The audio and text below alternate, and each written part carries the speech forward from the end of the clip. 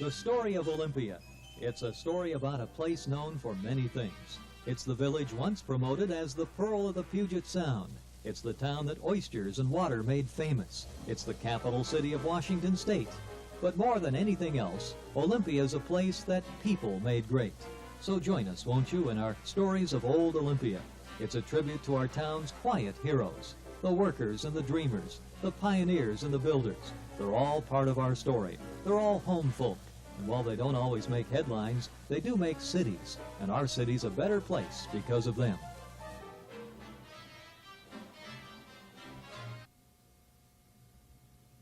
Welcome, I'm Joe Willing, your host for the Story of Olympia. In this chapter, we're going to talk about a rather great event that didn't so much shape Olympia as it did reshape Olympia. We're talking about the great seismic event of 7.1 on the Richter scale that shook Olympia in April of 1949, April the 13th of all days, the earthquake. And with us to remember that event and its ramifications are a group I call the survivors. And I'll introduce them to you right now. On your right is Jerry Mowry, who was an insurance agent in Olympia for, I don't know, long time. And between Jerry and me is Nancy Flynn, who has been in Olympia quite a long time as well, and is well known in the town. On my right, and left of me on your screen, is Wes Estes, who was both service station operator and politician, as county commissioner here in Thurston County. And next to Wes, familiar face to many of you, Bill Kay, who had Kay's Cafe for over 30 years in downtown Olympia. And next to Bill, Bart Burns, who worked in the insurance commissioner's office for years. I'm going to start with you, Nancy. Okay. You had a rather unique day on April the 13th, 1949. You had some of your young Cub Scouts with you. Yes, from Garfield School. Mm-hmm. And would you like me to tell you Sure. about them? Okay. Tell me about your day. Okay. My Cubs had been invited to act as guides to about 80 Cub Scouts from Kent and Auburn.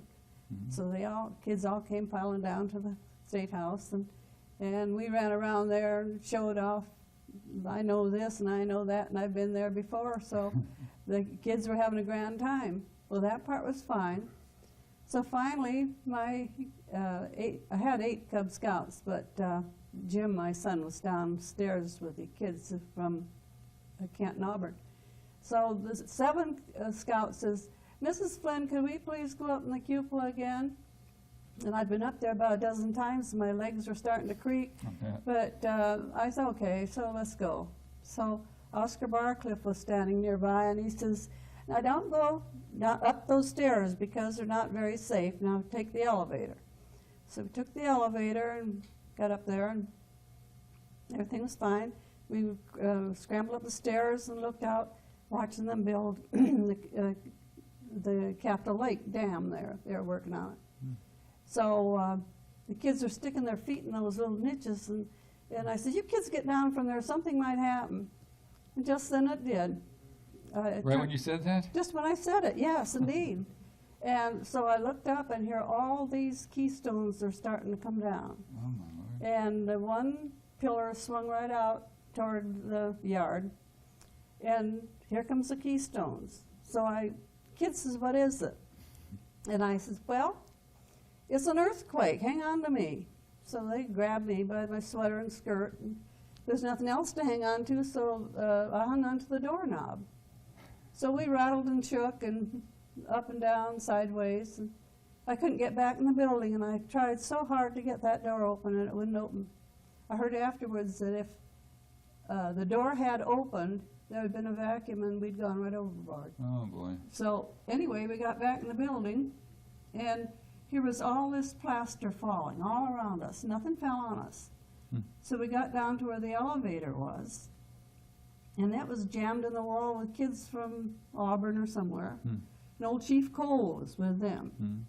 So one of the kids started to cry, and I said, my gosh, whoever saw a Cub Scout cry. So I said, I know, let's sing. So we stood there and sang Down by the Station. We sang it over and over again.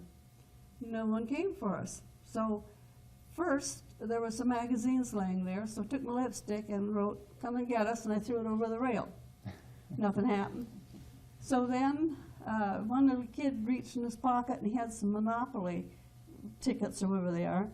And he says, write on these, Mrs. Flynn. So I wrote, come and get us, and we threw them over the rail. Nothing happened.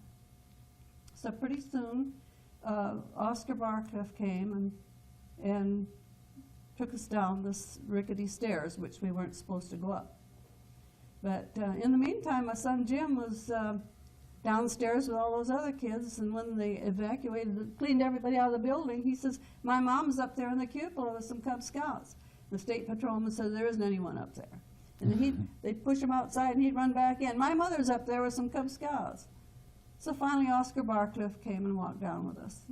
When we got downstairs, the first thing the kids said, when do we eat? So the cafeteria furnished us a lot of food, and they all went out there and sit in the grass there between the two buildings there. So we all went down to KGY, and boy, were we famous. We got on the Associated Press, United Press, and till this day, we're still famous. So you still throw Monopoly notes out, huh? Well, and then Santa Romero says, every time I see a Monopoly ticket, she says, I think of you, Nancy, and that earthquake. Well, I guess. That must have just been pretty scary. It was. Yeah. I wasn't really scared so much for myself as I was for the kids, because I kept saying, oh, dear God, help me get these kids out of here. Yeah. And then I said to the kids, I says, pray now, if you ever prayed in your life. Jerry Hilden says, what do you think we're doing? Oh, my goodness. How many kids were up there with you? 7. 7 were up in the cupola there. Outside, leaning over the rail. And they were building the Capitol Lake down there. Stuff, so. And I don't think, well, Bart, you were mentioning earlier, some of these buildings there, like the insurance building, was not seismically up to date. That's right. There was another earthquake about 3 years and 2 months earlier that well, shook us up a bit. But when we got back to the insurance building and took a look at the 4th floor south end, we saw some damage, and it gave us. That's on the screen right now, Bart. Yeah, and I don't know if you can see on your screen, but on the upper right, corner up there, you can see a little crack. Right above the corner pillar. That's right. And the walls of that building were not tied into the roof. And when the earthquake came, the walls broke away from the roof and were leaning out. So they were not connected, basically. That's right. There was no steel connecting the walls to the roof, and it just broke away. Now we have another photo of that insurance building, I think, on number 2, photo number 2 on that sheet, that shows the side of it. It shows the railing, the decorative railing on top, just broke away. I was on the 3rd floor looking out, and I could see that all that stuff falling to the ground. There's a lot of that ornamentation that was not braced either, I That's guess. right. It broke away and fell to the ground, and some fell to the roof. And I was standing in, each of us in that office had determined ahead of time where we were going to stand when an earthquake came, the next earthquake. Oh, really? And so Doral Adkins took the best spot in a vault doorway, so I had to find another spot. I took an area between 2 rooms, the room that I was in plus an interior room. And at the time of the quake, I was standing there watching up my head, above my head, make sure that nothing was going to fall on it. I figured if the ceiling came down to my left, I'd jump to the room on the right, and vice versa. And then all the time I was seeing the stuff coming off the building outside. The time of the quake was 11:56 in the morning. That's right. No. And Yeah, yes, forenoon, that's right. 11:56, just before noon. That's right. And from my reading on it, I was not here at the time, but from my reading, most of I think there were 8 deaths from that earthquake in the Puget Sound area. I think that's right. And I think all of them were from falling brick or fascia Chimneys. material falling down. Smokestacks falling over. Mm-hmm. That's right. Lots of chimneys that fell and were not built with good solid mortar. And Here you can see some of that decorative railing that fell to the roof rather than to the ground. that's on the insurance building as well. Insurance building now on the east side. That's right.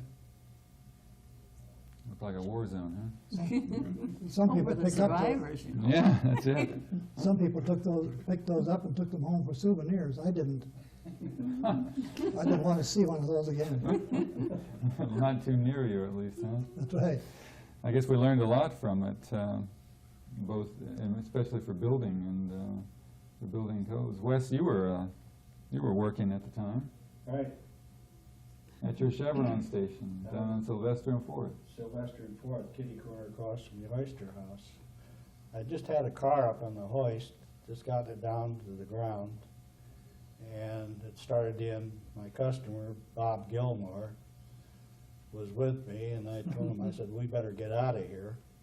So we walked out into the yard, and in the service station there were concrete slabs next to the pump block, and they were shaking and rocking, and as the cracks would open up, water would squirt up out of them about 5 or 6 feet high.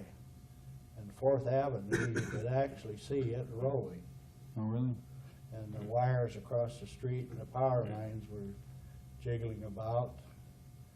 And I know at that time I did look at the Capitol, and it was intact. You couldn't see from where we were that the damage had been done.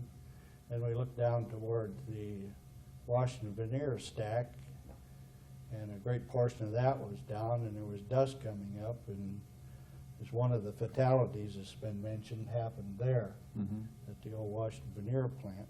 With the chimney The falling? chimney. It was a big stack. And after the quake subsided, we had a miniature Mima mounds in our asphalt yard because there were little humps in it all over. And they were where the old piling had stayed put, and the surrounding ground had become like liquid and settled. And these knobs stuck up about 2 or 3 inches above the rest of the ground. But the only damage, we had a cracked footing on the station building. Of course, it's not visible now. The station's gone. It's a parking lot. At home, we had no chimney when I finally got home. Bob went in. He'd just gotten out of the hospital, and he went in the station. He called his wife immediately, and he got through. I went in and tried to call my home, and from then on, it was nothing but jammed, just like we heard about in San Francisco. Which That just those recently. phones were jammed. And but other than that, it was Were the roads fairly passable? well, at that time, on that end of town, the only paved street was 4th Street. All the rest of them were gravel. Sylvester, 5th, and the Memorial Clinic wasn't there. There was a big used car lot next to the station. Now it's a building. Of course, the Capitol Center building was nothing but a vacant lot. But we were very lucky in Olympia. I think especially the people who worked in the old Capitol building. Yeah, there's a lot of that. Because I think, do we have a Yeah, shot of the really. old Capitol there? No. Bart, you drove around with your daughter Carol right after that earthquake, didn't you? Yes, I got out of the building, went home and got my small camera, went around, took a lot of pictures. And on my way toward town, I went and picked up Carol at school and took her with me. While I did my picture I taking. imagine I let all the kids out of school at Oh, yes. that point, huh? That's right. What school was that? Lincoln. Over in Lincoln, and you picked her up and took her all around town? Yeah. Huh. Took her with me when I did took all my pictures. And what kind of camera did you use? It was a small camera. The negatives were quite tiny, about an inch by inch and a half. Huh.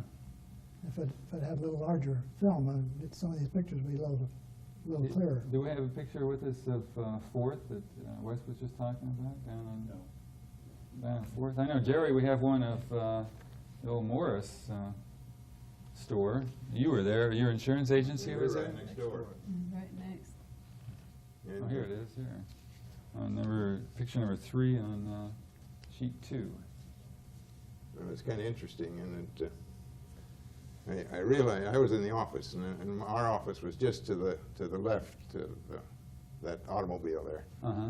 And I knew it was an earthquake, and curiosity, being an insurance man, thought I'd better get to the scene of the action. And of all the stupid things to do, I ran out into the middle of the street to see what was going on. Well, the brickwork on the second floor, like in the insurance building, came down, hit the marquee, busted the marquee, broke the big plate glass mirrors in Morris's store. And then I turned around, and that's when the Liberty Theater was right across the street where the new theater is. And the same thing was happening there, and here was this character I call myself in the middle of the street watching the bricks come down. And then finally I walked up to the old Capitol, and you did have a picture of the old Capitol there. And on the first floor, that's where the restaurant or cafeteria was. Uh-huh. And this all happened about 4 minutes before 12. Right. And at 12 o'clock, the floodgates open and all the state employees come out. Uh-huh. The pile of rubble where those employees would have been there 4 minutes later, Really? some of that rubble was bigger than automobiles. Let's see, we have a photo of that on sheet 4, I believe. Oh, yeah. There it is. Now this is that would have been where the people came out at 4 minutes later. Yep. Oof. So that all fell away. That's a result of poor seismic planning, I guess, Bart? I would say so, yes.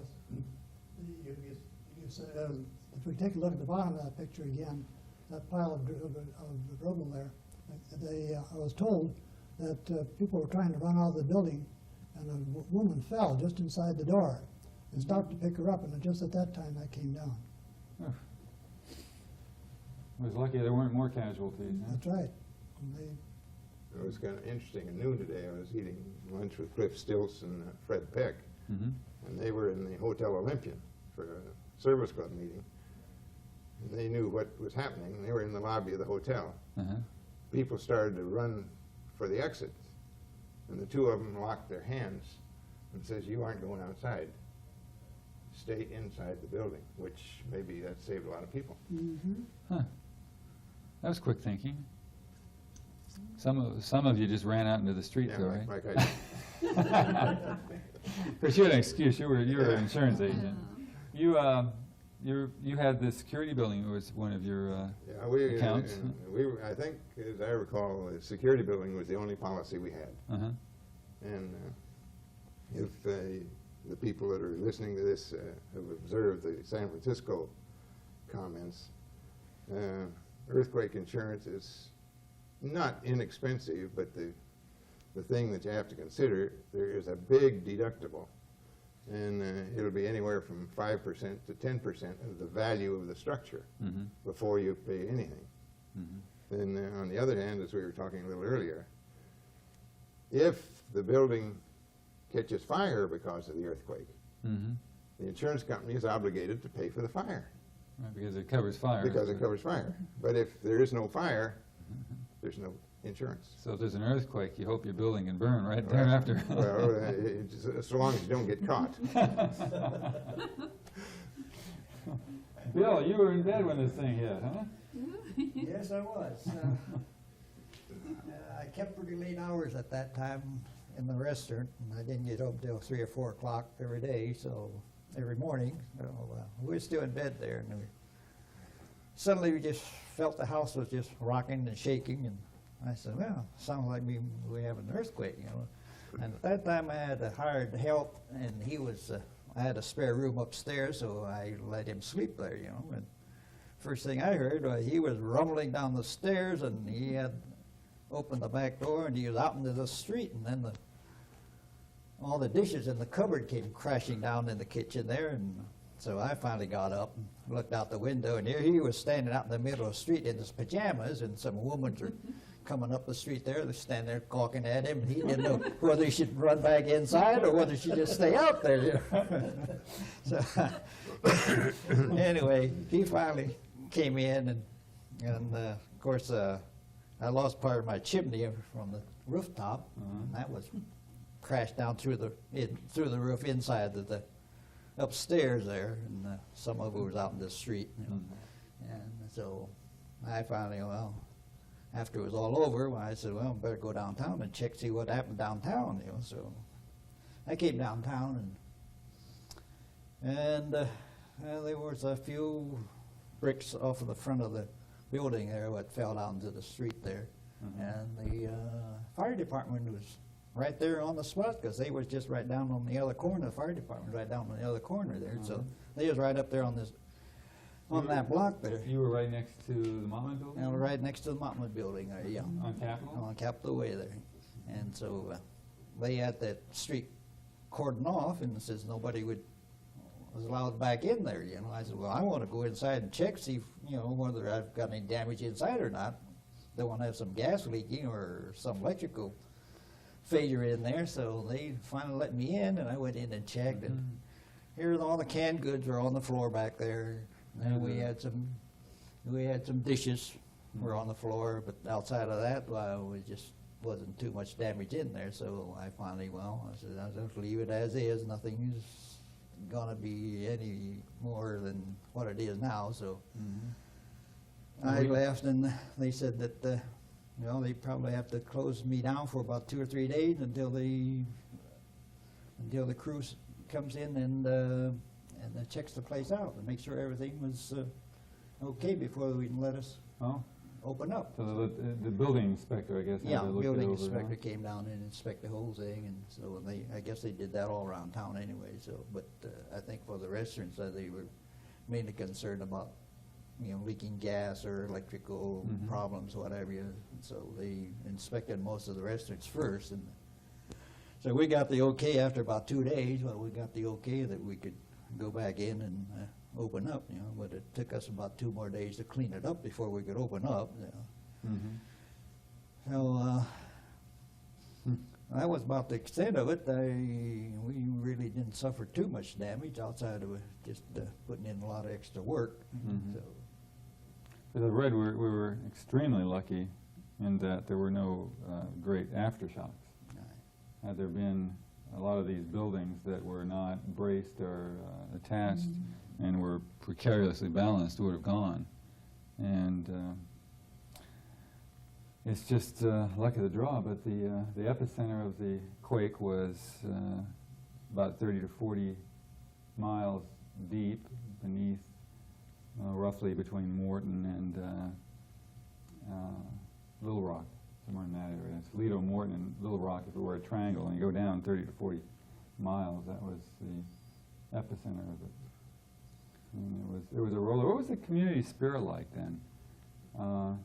People help each other a lot. We had chimneys down, and in the residential area, everybody was out there, you know, taking care of everything, looking after their neighbors and what have you. And my father had just backed his car out of the garage, and he says he got out of the car and he was weaving around like that, and he said, no, he says, I hadn't had a drink this morning yet, you know, and he wondered why, you know, and he looked down this driveway there, and he see the old driveway just weaving up and down there, and he said, oh, we got an earthquake. You know, so, Bart, we have here a photo of a house. Is this your house, Bart? No, that's a neighbor next, just a short distance from us. He's up there. Is he in the picture? I don't know. Anyway, he had a little chimney damage there. We didn't have any damage at our home except for a few articles that fell to the floor. That's all we had. Our area is on pure sand, which I think theorize that it's glacial silt. The big glacier left a lot of fine sand there, and That's what we're sitting on. And I theorize that that helped. You never know. From my reading on this thing in preparation for the show, it said a structure can withstand an earthquake, but it's much like water in a contained area. That you can have one structure can withstand several, and then the waves maybe hit a rock, bounce back like waves off of a breakwater, and hit it just right and demolish it. It's just there was some damage to the railroad between here and Tenino, or no, here in Tacoma. The tracks were swept away at one point, at one part. And I guess the wire services picked this up. You mentioned you were a local celebrity. The wire services, you Nancy, you were on the wire. Oh, yes, I thought you were talking to me. Yes, we also got acquainted with the press guys up there at the State House. So when we went down KGY, I guess they made arrangements. But they said that clear way down south, Pete Giovanni, he heard all about us kids, my children, not me, but heard all about the Cubs, and that was way to heck and gone from here. Was there any panic reporting at the time? Or? No. Even those kids are like angels. They weren't scared. They just kept looking at me and hanging on to me. We bobbed around. How was your house when you got home finally? Well, my house? Yeah. The guys were putting a foundation under it, and it was up on stilts. Oh, my goodness. And when the earthquake hit, they thought that the house was falling off the stilts, and they run like the devil for the woods to get out of the way. And nothing happened. It was just fine. Is that right? That's amazing. It is. How about your place, Jerry?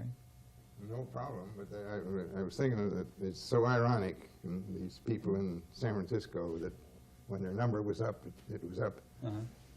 The only fatality we had was the boiler tender at the Washington Veneer plant.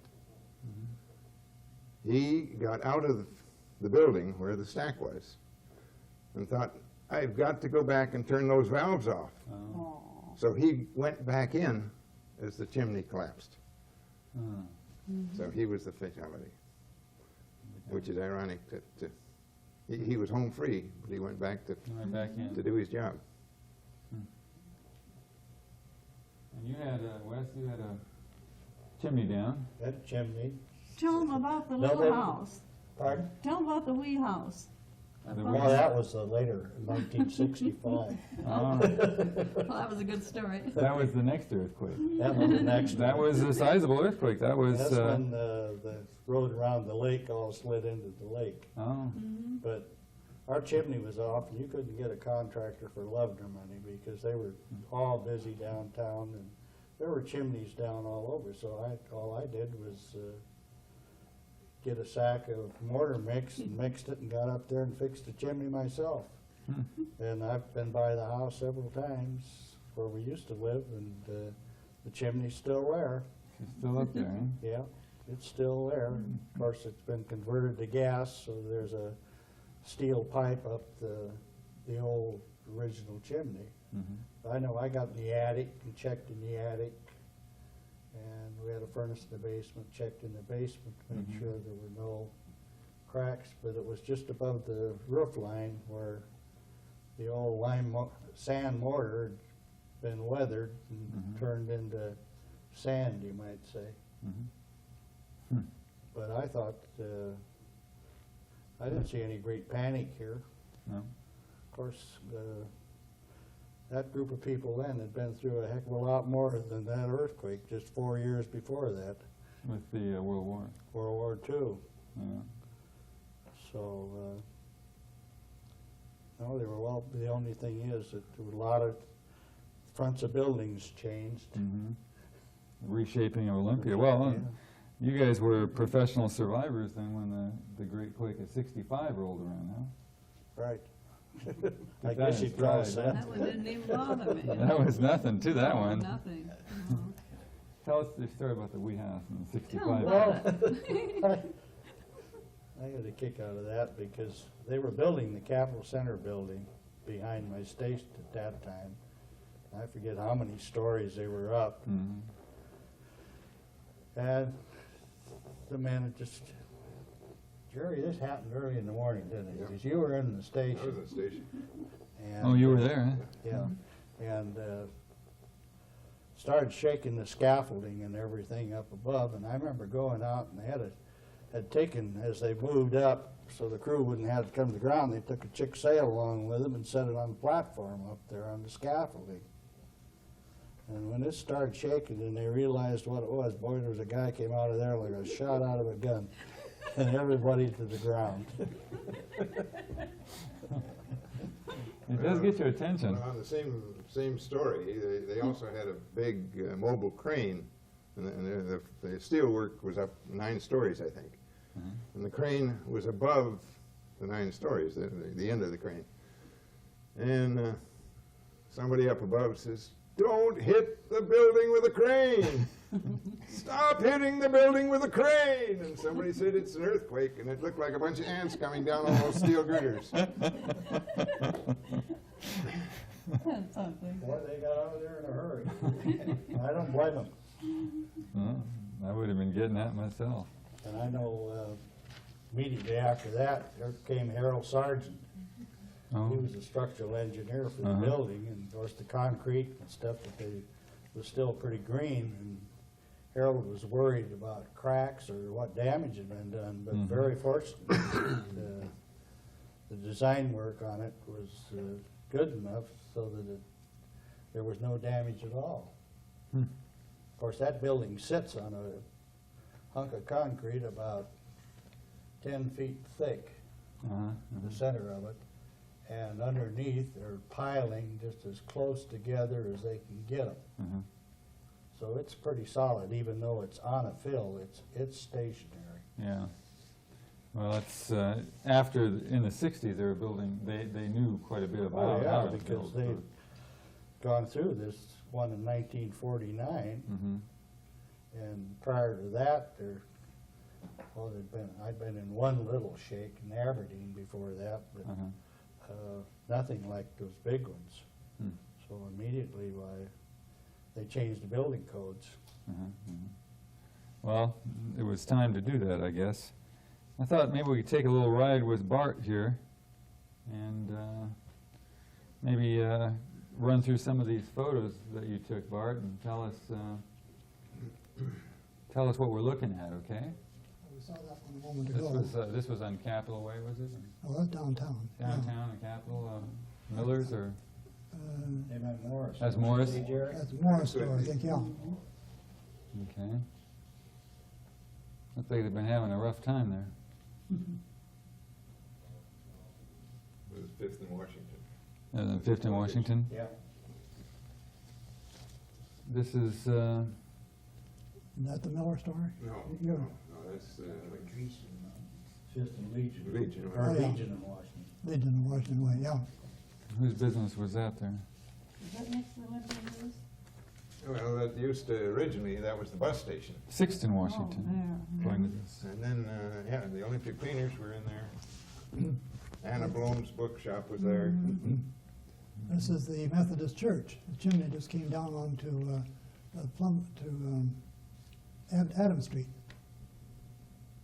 Okay, that's at 5th and Adams. huh? That was 5th and Adams, yeah. Okay. That, of course, is the very top knot of the Capitol building. It was not put back. If you look up at the Capitol building now, you'll find that that the cupola is not as tall as it used to be, and that final ball, what do I call it, is made of metal now. Mm-hmm. Well, they didn't put that back up They there? didn't put it back. I wonder who got that.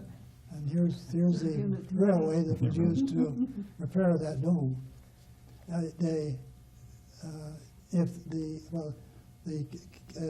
arches up there on the cupola, Mm-hmm. the keystone drops, and once the keystone drops out, the arch collapses. Mm-hmm. And those keystones up there were almost out.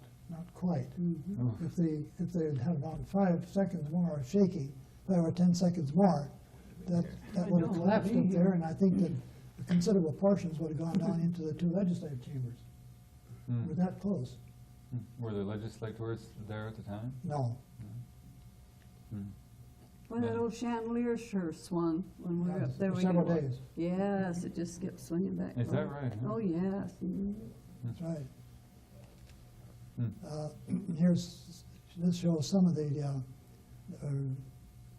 wreckage at the north end of the insurance building.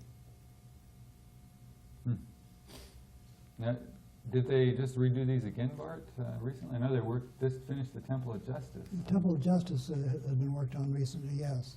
So they've gone through these and retrofitted them for earthquakes. Apparently, yeah, Mhm. that's right. I read somewhere it was about $25 million worth of damage, and that's in 1949 dollars.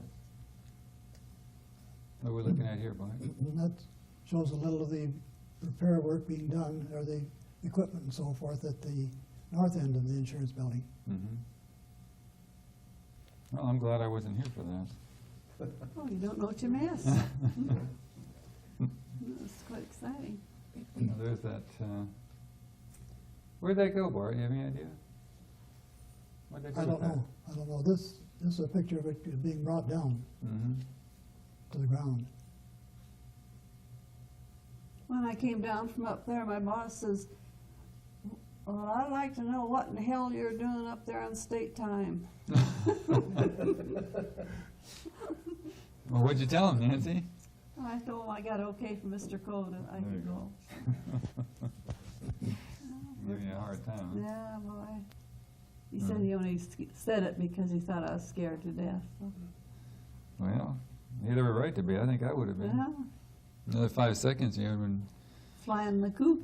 flying the coop, literally, with your little 7 ones, boys. with the little ones hanging on. Yeah, And hanging you're- on. I can still feel You would've had a hanging on doorknob. the way. Yeah. Can you?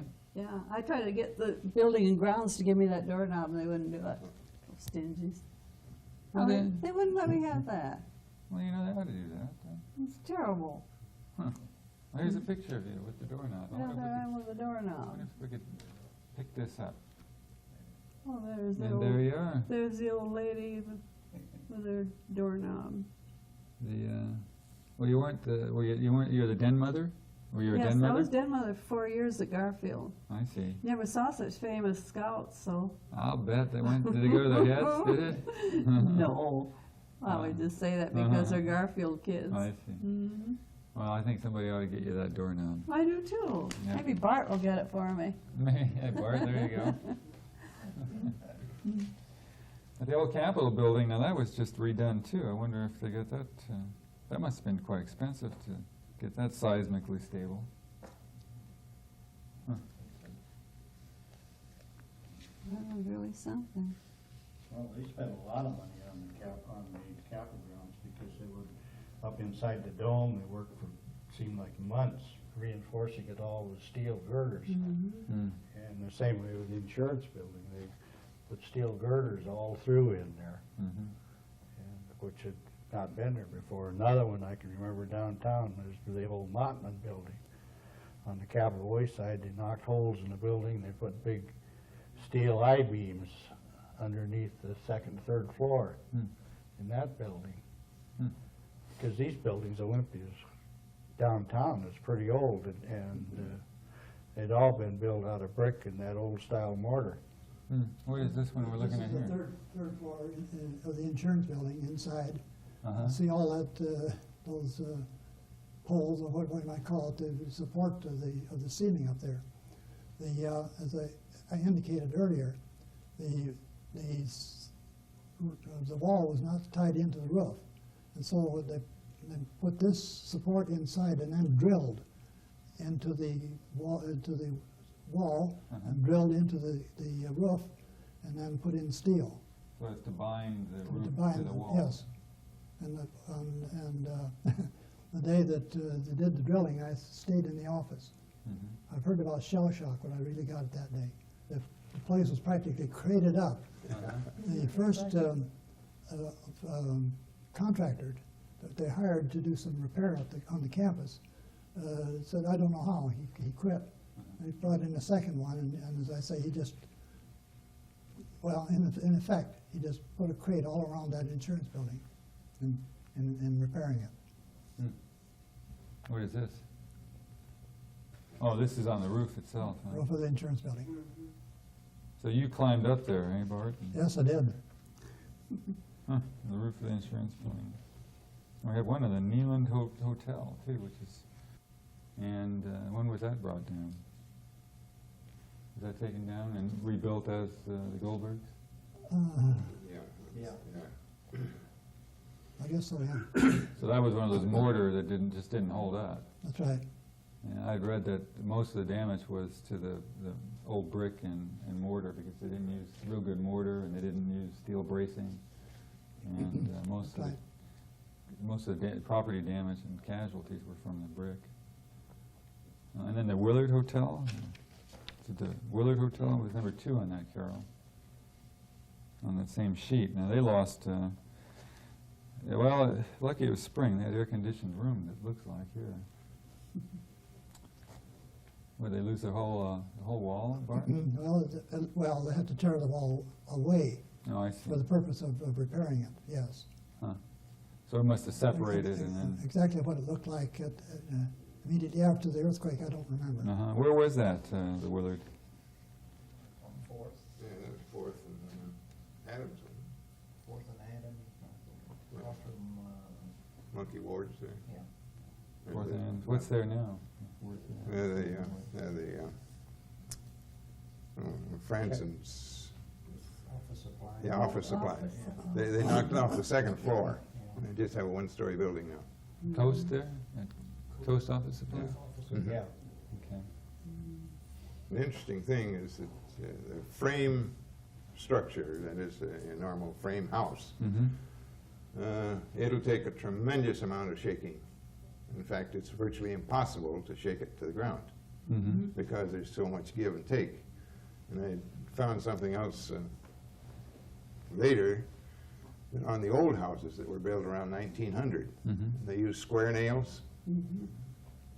Now, when you rack a house built in that vintage of time, Uh-huh. you get one shake. Because the second shake, they're like cast iron, and They you don't get get- one break, and after that, Oh. it's broken. Yeah. And It I had doesn't- one house that had a big bulldozer, and it was built with the wire nails, Mhm. and he huffed and puffed, and finally he got it to the ground. The other house was built with square nails, was 3 times bigger, and it was on the ground within 4 minutes. Really? Because you get one break, and after that, there's nothing to hold it. It's like our house, just rocking back and forth on those stilts. Well, and then the other thing is, like Rocking my in San baby. Francisco, I understand that some of the trouble in the Marina District was they put concrete footings down, Mm-hmm. and then they built the house on top. Uh-huh. Now, if you look around here, they'll put bolts in the concrete Right. and nuts on the bolts to hold it, Mm-hmm. and so it won't slide. But if you don't anchor it somehow, that thing's going to slide right off the foundation. Well, it certainly taught us a few things. Taught some of us to stay inside under the doorway, ain't Jerry? And make sure if we have a building that it's, we're ready. I mean, Bart, it was prescient of your office to have earthquake stations. Huh? I mean, don't imagine that was too common back then. I mentioned I was standing between 2 rooms, Mm-hmm. thinking that the piece above my head was concrete. Mm-hmm. Right later on, during repairs, I discovered it's a hollow tile. There's a lot of that in those buildings. There's also a lot of hollow rhetoric, but we won't get into that, huh? Right. Taking the main Capitol building, I know here a few years ago, they were tearing out some work, and then behind that marble, Uh-huh. under the rotunda, is hollow tile. Oh, is that right? Yeah, a lot of it. I wonder if that was done that way according to spec, or it's maybe just a shortcut. I don't know what it was, but I think those 4 big piers inside there are pretty strong to hold up the dome. They're big. Good thing too, eh, Nancy? Yeah, betcha. Well, I want to thank you for coming down and being part of the survivor group with us. Our pleasure. And Cream of the crop. the cream of the crop. I Yeah. guess if we're going to learn something from it, it's to be ready for the unexpected, because there's just no warning with an earthquake. Stay under an arch if possible, and to get your home seismically prepared, such as large cabinets should be anchored to the wall. And be aware, because during earthquakes things fly. And so Jerry and Nancy, Wes and Bill and Bart, thank you very much for being part of our Story of Olympia with us and sharing your stories. And thank you for being part of our Story of Olympia too. See you soon.